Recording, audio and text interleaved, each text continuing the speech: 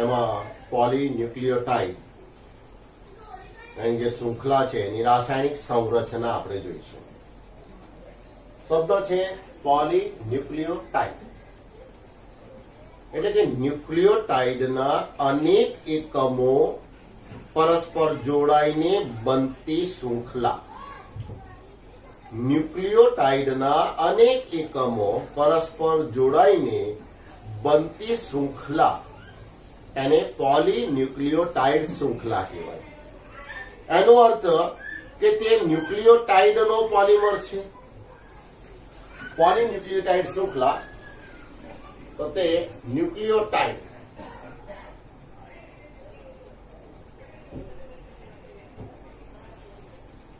એનો પોલિમર છે. તો હવે આ ન્યુક્લિયોટાઇડની રચનામાં શું શું હોય છે? તો આપણે જોઈએ ન્યુક્લિયોટાઇડની રચનામાં 3 વસ્તુ હોય છે. એક આલ્ડોપેન્ટોસ શર્કરા, બીજો નાઇટ્રોજન બેઝ અને ત્રીજું ફોસ્ફોરિક એસિડ સ્વરૂપે ફોસ્ફેટ. અહીં આપણે જે ન્યુક્લિયોટાઇડ એમાં 3 વસ્તુ છે. નંબર 1 આલ્ડોપેન્ટોસ શર્કરા,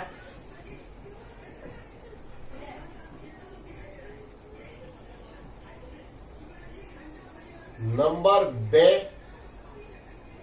નાઇટ્રોજન બેઝ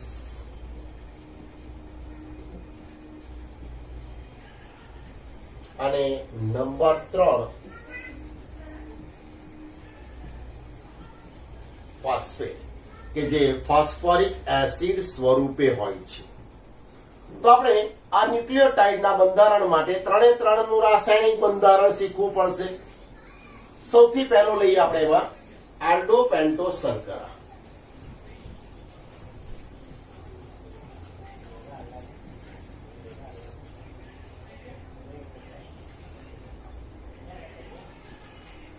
તો આ શર્કરામાં કાર્બન પરમાણુની સંખ્યા 5 હોય છે.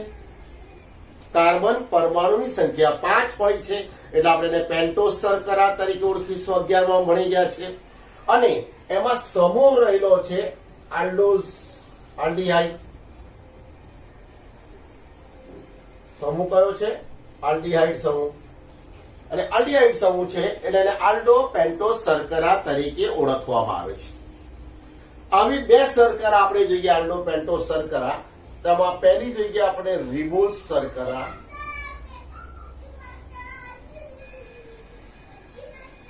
અને બીજો આપણે જોઈશું ડીઓક્સી રિબોઝ શર્કરા.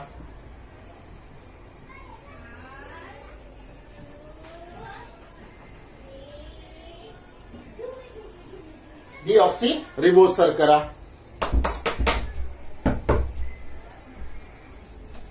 અહીંયા આલ્ડોપેન્ટોસ શર્કરામાં 2 શર્કરા છે, રિબોઝ અને ડીઓક્સી રિબોઝ. બંનેનું બંધારણ કેવું હોય છે તે આપણે જોઈ લઈએ. તો સૌથી પહેલા તો કાર્બન પરમાણુને આધારે કાર્બન પરમાણુની સંખ્યા 5 છે એટલે પેન્ટોસ શર્કરા છે. તો અહીંયા આપણે દોરીએ કાર્બન પરમાણુની સંખ્યા 1 2 3 4 અને 5. તો ડીઓક્સી રિબોઝમાં પણ આ જ છે.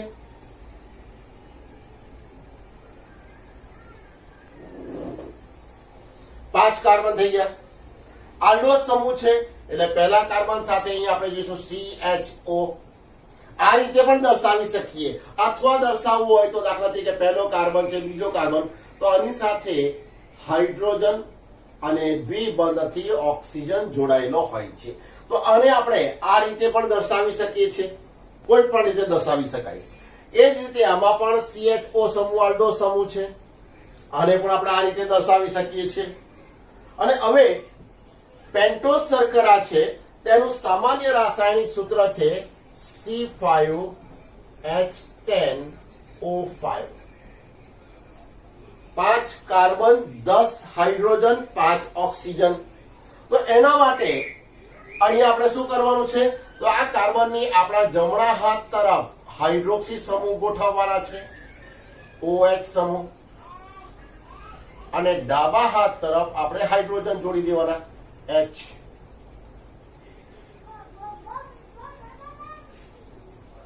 હવે આપણે ગણીએ 5 1 2 3 4 અને 5 કાર્બન થઈ ગયા. ઓક્સિજન 1 2 3 4 5 થઈ ગયા. હાઇડ્રોજન 1 2 3 4 5 6 7 8 9 થયા. એક બાકી રહી ગયો, તો અહીંયા આપણે હાઇડ્રોજન ઉમેરી દઈએ.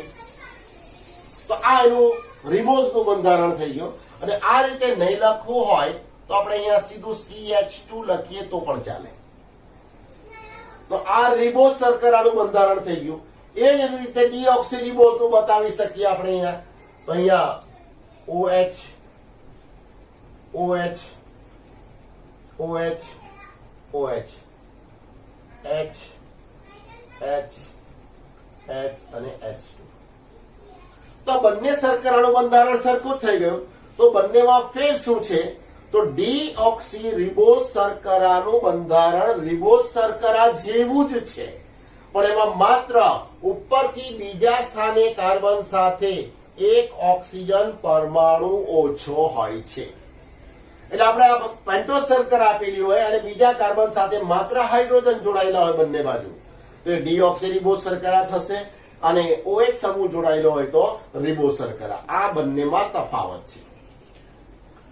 હવે એની બંધારણીય રિંગ જો આપણે દોરવી હોય તો એના માટે કેટલીક લિંક થાય છે. નીચેથી જે બીજો કાર્બન છે એમાંથી આ જે હાઇડ્રોજન છે એ લિંક એની થાય છે CHO સમૂહ સાથે. હાઇડ્રોજન જોડાય છે આની સાથે, તો ઉપર થશે CHOH. અને આ જે ઓક્સિજન લિંક છે એક તો ચોથા ક્રમના કાર્બન સાથે જોડાયેલું છે, અને આ ઓક્સિજન લિંક થશે પહેલા કાર્બન સાથે. એ જ રીતે આમાં હાઇડ્રોજન એની લિંક આપણે બતાવીશું અહીંયા, CHOH, અને આ ઓક્સિજન પહેલા અને ચોથા સાથે જોડાયેલું હોય. તો આના આધારે આપણે એની જે બંધારણીય રિંગ દોરીએ આપણે, તો પેન્ટોઝ છે એટલે આપણે 5 ખૂણા વાળી આકૃતિ દોરવી પડશે.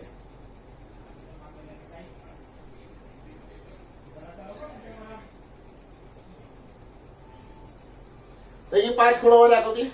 હવે અહીંયા જે છે કે પહેલા અને ચોથા વચ્ચે ઓક્સિજન લિંક છે, તો અહીંયા આ પહેલો કાર્બન બતાવવાનો, અહીંયા આપણે બીજો કાર્બન બતાવીશું, ત્રીજો કાર્બન, અહીંયા ચોથો. એટલે પહેલા અને ચોથા વચ્ચે ઓક્સિજન લિંક થઈ ગયા. અને પાંચમો કાર્બન અહીંયા સહેજ આપણે બહાર બતાવીશું. એ જ રીતે આની અંદર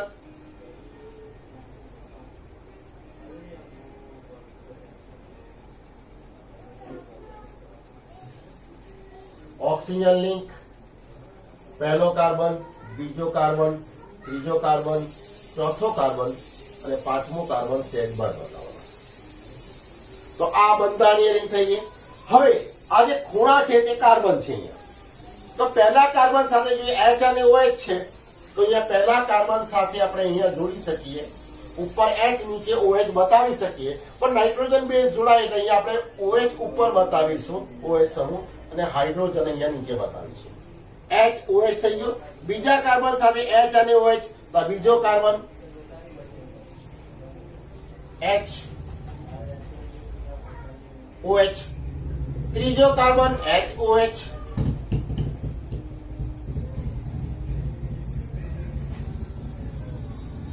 ચોથો કાર્બન એમાં માત્ર હાઇડ્રોજન છે, અને આ કાર્બન ઓક્સિજન લિંક થી પહેલા સાથે જોડાય છે, તે પહેલા એની સાથે જોડી દો ઓક્સિજન લિંક, તો અહીંયા માત્ર હાઇડ્રોજન આવશે. અને પાંચમા કાર્બન અહીંયા આપણે લખીશું CH2OH.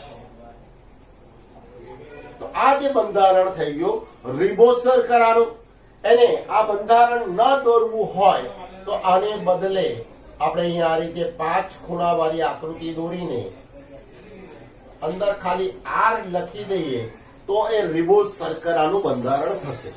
પણ આ જો બંધારણ આપેલું હોય પેન્ટોઝ શર્કરાનું અને બીજા સ્થાને H અને OH જોડાયેલા હોય તે રિબોઝ શર્કરા થશે. યાદ રાખજો, અહીંયા જોઈ શકીએ બીજા સ્થાને HOH છે. આવું જ બંધારણ ડીઓક્સીરિબોઝનું છે, આની જેમ જ બતાવીશું.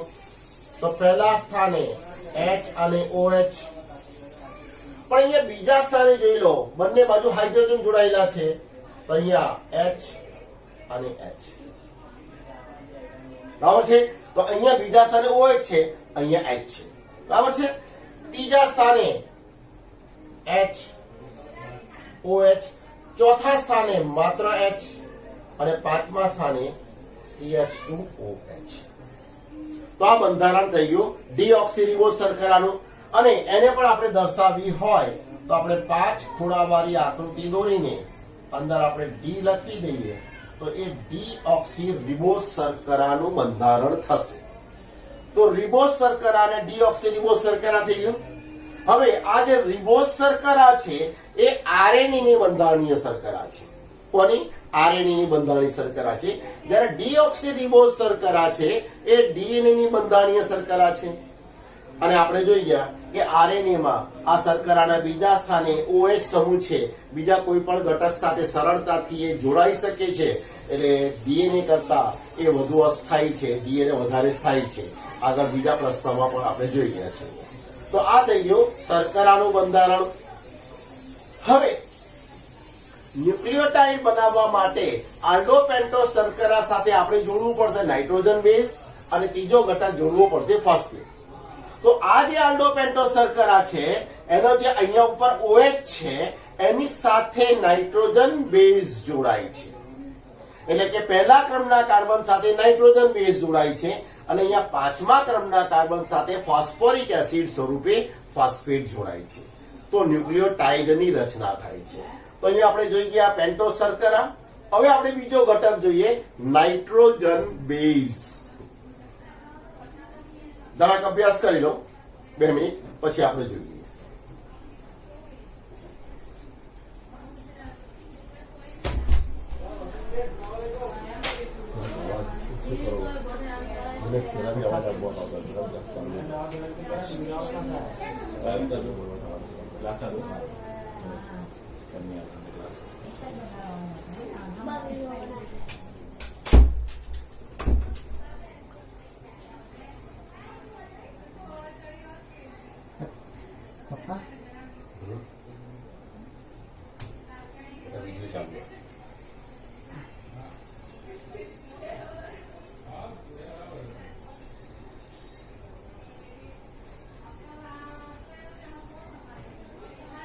ચલો હવે બીજો ઘટક આપણે લઈએ અને છે નાઇટ્રોજન બેઝ.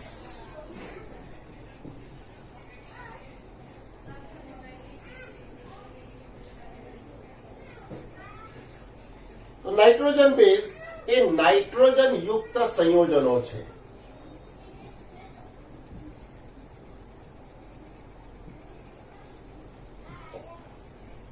અને આ નાઇટ્રોજન સંયોજનો 2 પ્રકારના છે.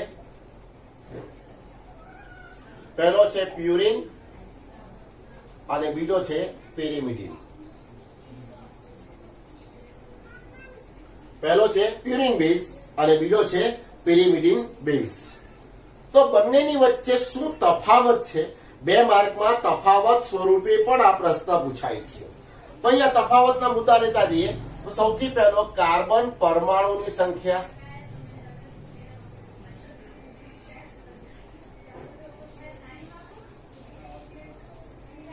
કાર્બન પરમાણુની સંખ્યા તફાવત.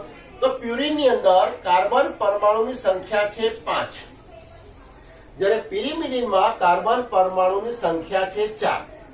તો કાર્બન પરમાણુની સંખ્યામાં તફાવત થઈ ગયો. બીજો તફાવત લઈએ આપણે નાઇટ્રોજન પરમાણુની સંખ્યા.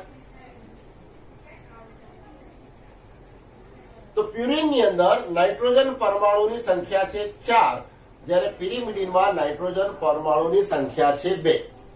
તો કાર્બન પરમાણુ 5 અને 4 છે, નાઇટ્રોજનમાં 4 અને 2 છે. હવે આપણે લઈએ આ અણુઓને ઓલ્ટરનેટ ગોઠવીને એની બંધારણીય રિંગ બનાવીએ તો કેટલા રિંગનું બનેલું માળખું? તો અહીંયા પ્યુરિનનું બંધારણીય માળખું 2 રિંગનું બનેલું હોય છે, જ્યારે પિરિમિડિનનું બંધારણીય માળખું માત્ર 1 જ રિંગનું બનેલું હોય છે. એટલે કે બંધારણમાં 2 અથવા 1 રિંગ છે. તો હવે 2 રિંગ હોય કે 1 રિંગ હોય તો કદમાં તફાવત આવવાનો.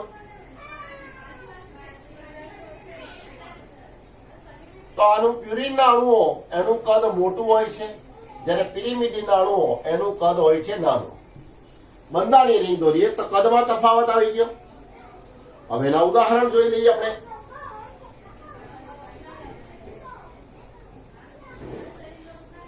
પ્યુરિન પ્રકારના નાઇટ્રોજન બેઝ છે એડેનિન અને ગ્વાનિન. એને અંગ્રેજીમાં લખીએ તો પ્રથમ મૂળાક્ષરને કેપિટલ થી દર્શાવવામાં આવે છે. એટલે એડેનિન એટલે કેપિટલ એ લખીશું, ગ્વાનિન એટલે કેપિટલ જી લખીશું. તો એડેનિન અને ગ્વાનિન એ પ્યુરિન પ્રકારના નાઇટ્રોજન બેઝ છે. જ્યારે પિરિમિડિનમાં પહેલો છે સાઇટોસિન, જેને આપણે કેપિટલ સી થી દર્શાવીશું. બીજો છે યુરેસિલ, જેને આપણે કેપિટલ યુ થી દર્શાવીશું. અને ત્રીજો છે થાઇમિન, જેને આપણે કેપિટલ ટી થી દર્શાવીશું. તો આ રીતે પ્યુરિન પ્રકારના બે નાઇટ્રોજન બેઝ એડેનિન અને ગ્વાનિન, પિરિમિડિનમાં સાઇટોસિન, યુરેસિન અને થાઇમિન. હવે 5 નાઇટ્રોજન બેઝ પૈકી ડીએનએ અને આરએનએ બંનેમાં 4 જ હોય છે. એનો અર્થ કે એક નાઇટ્રોજન બેઝ ડીએનએ અને આરએનએ માં હોતો નથી. તો અહીંયા એડેનિન અને ગ્વાનિન ડીએનએ આરએનએ બંનેમાં હોય છે.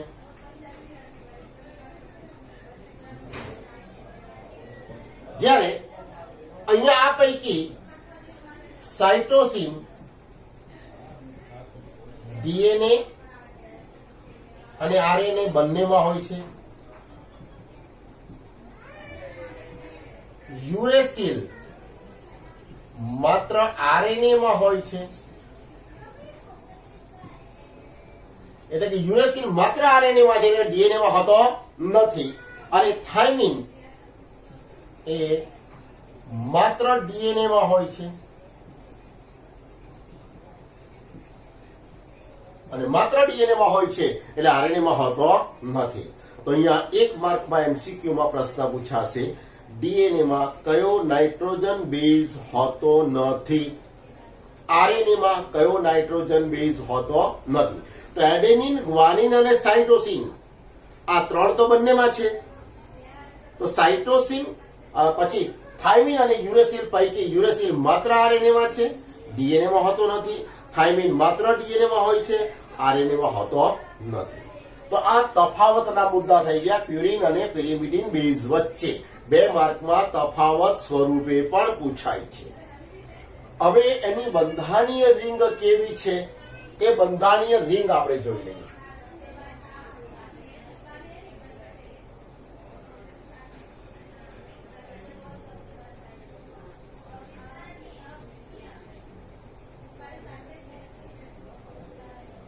તો પહેલા આપણે લઈએ પ્યુરિન પ્રકારના એડેનિન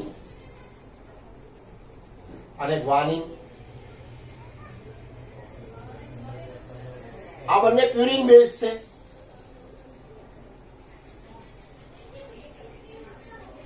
એડેનિન અને ગ્વાનિન. અને પ્યુરિન નું બંધારણીય માળખું 2 રિંગનું છે. તો આપણે ત્યાં કાર્બન અને નાઇટ્રોજન ઓલ્ટરનેટ ગોઠવીને એને રિંગ બનાવીશું. અને પહેલી રિંગ યાદ રાખજો, બરાબર ધ્યાનથી જોઈ લેજો, બધામાં કોમન છે.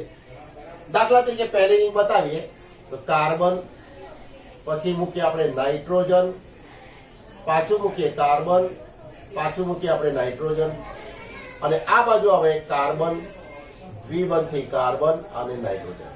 એટલે CN ઓલ્ટરનેટ મૂક્યા, આ બાજુ 2 કાર્બન સાથે દ્વિબંધી જોડી દેવાના. તો આમાં તમે જોઈ શકો કે 1, 2, 3 અને 4 કાર્બન થઈ ગયા અને 2 નાઇટ્રોજન. તો 4 કાર્બન અને 2 નાઇટ્રોજન એટલે એક રિંગનું બંધારણીય માળખું તો પૂરું. અને આ રિંગ બધામાં કોમન હશે. હવે દ્વિબંધ અહીંયા 2 કાર્બન વચ્ચે છે. આપણે રિંગ જો ઓલ્ટરનેટ આમ કરી નાખી, 2 કાર્બન અહીંયા લઈએ તો અહીંયા દ્વિબંધ, 2 કાર્બન વચ્ચે દ્વિબંધ બતાવવાનું છે. હવે ઓલ્ટરનેટ દ્વિબંધ છે, એક અહીંયા દ્વિબંધ છે, એક છોડીને અહીંયા દ્વિબંધ છે, એક છોડીને અહીંયા દ્વિબંધ છે. તો આ રીતે પહેલી રિંગ દરેકમાં કોમન છે. આપણે પહેલી રિંગ બધામાં બતાવી દીધી. એ રીતે ગ્વાનિનમાં પણ બતાવીએ, carbon, nitrogen, carbon, nitrogen, carbon, દ્વિબંધી કાર્બન, નાઇટ્રોજન, ઓલ્ટરનેટ દ્વિબંધ થઈ ગયું. એ રીતે પિરિમિડિન બતાવીએ આપણે.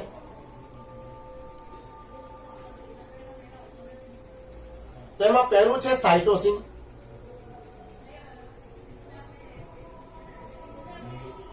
બીજું આપણે દોરીશું યુરેસિલ અને ત્રીજું આપણે દોરીશું થાઇમિન. એમાં પણ પહેલી રિંગ કોમન જ આવશે, carbon, nitrogen, carbon, nitrogen, carbon દ્વિબંધથી કાર્બન, નાઇટ્રોજન, ઓલ્ટરનેટ દ્વિબંધ, carbon, nitrogen, carbon, nitrogen, carbon દ્વિબંધથી કાર્બન, નાઇટ્રોજન, ઓલ્ટરનેટ દ્વિબંધ, અને અહીંયા પણ carbon, nitrogen, carbon, nitrogen, carbon દ્વિબંધથી કાર્બન, નાઇટ્રોજન, ઓલ્ટરનેટ થઈ ગયું. તો આ રીતે પહેલી રિંગ છે દરેકની અંદર કોમન છે, અહીંયા જોઈ લેજો. હવે પ્યુરિન પ્રકારના જે બેઝ છે એનું બંધારણીય માળખું બે રિંગનું બનેલું છે, એટલે બીજી રિંગ દર્શાવવી પડશે. તો જ્યાં બે કાર્બન આ બાજુ હોય તો આ બાજુ તમે અહીંયા બતાવે ને તે બાજુ રિંગ બતાવવાની. તો આની સાથે ફરીથી આપણે જે કાર્બન પછી આવશે નાઇટ્રોજન, કાર્બન, નાઇટ્રોજન અને કાર્બન. અહીંયા છે એટલે ઓલ્ટરનેટ દ્વિબંધ અહીંયા આવશે. એ રીતે આમાં નાઇટ્રોજન, કાર્બન, નાઇટ્રોજન, કાર્બન અહીંયા છે એટલે દ્વિબંધ. તો આપણે ગણી લઈએ કે આની અંદર તો 5 અને 4 અને 2 થઈ ગયા. આમાં જોઈ લઈએ 4 અને 2 હતા, પાંચમો કાર્બન થઈ ગયો અને 4 નાઇટ્રોજન થઈ ગયા. તો આ રીતે આ રિંગ દરેકની અંદર કોમન આવશે. હવે એની સાથે કેટલાક સમૂહ જોડવાના છે. તો કોની સાથે કયા સમૂહ આવે તે આપણે જોઈ લઈએ. તો જો એડેનિન હશે તો એમાં જે પહેલો કાર્બન છે ત્યાં આપણે એમિનો સમૂહ બતાવવાનો, એમિનો સમૂહ.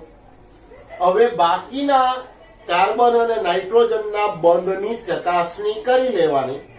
જ્યાં બંધ ઘટતા હોય ત્યાં હાઇડ્રોજન ઉમેરી દેવાનું.